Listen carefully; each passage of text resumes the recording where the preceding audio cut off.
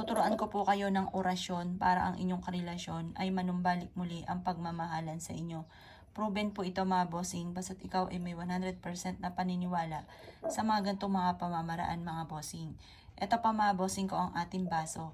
Ang baso na ito mga bossing ko ay kung mapapansin ninyo may mga dot-dot na tubig. Maghugas ka muna ng empty na baso. Pagkatapos mga bossing ko, huwag nyo siyang tutuyuin. Ayan siyang ganyan. Ngayon, ibubulong nyo po dito ang lahat ng nais po ninyo. Halimbawa, ay po ganito. Itong aking asawang ito ay manunumbalik muli ang pagmamahal sa akin. At kailanman ay hindi na ako mamumblema sa kanya. Ako lang ang kanyang mamahalin at wala nang iba pa.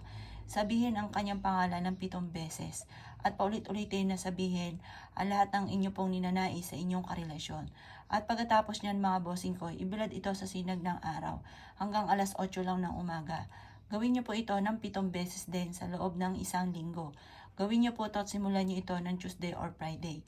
At pagkatapos mga bossing ko, pagkatapos yung ibulong po dito ng 7 beses ang inyong nais at ganoon din ng 7 beses na kanyang pangalan, ay pagtapos nyo po niyan, ibilad sa sinag ng araw at ilagay sa ilalim ng higaan.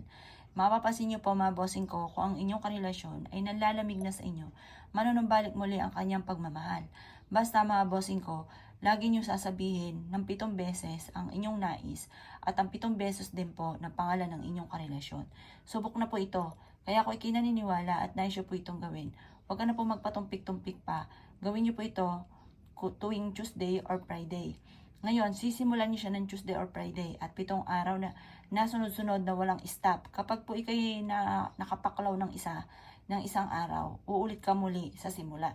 Kaya kailangan sakripisyo 7 araw ng sunod-sunod. Kailangan po gawin niyo po ito mga bossing ko na may 100% kang paniniwala. Kung hindi ka naniniwala, ay huwag mo nalang papansinin ang ating video. Kung ikaw na may naniniwala, gawin niyo po ito ng mula sa inyo pong puso. At walang kahit sino man ikaw na pagsasabihan.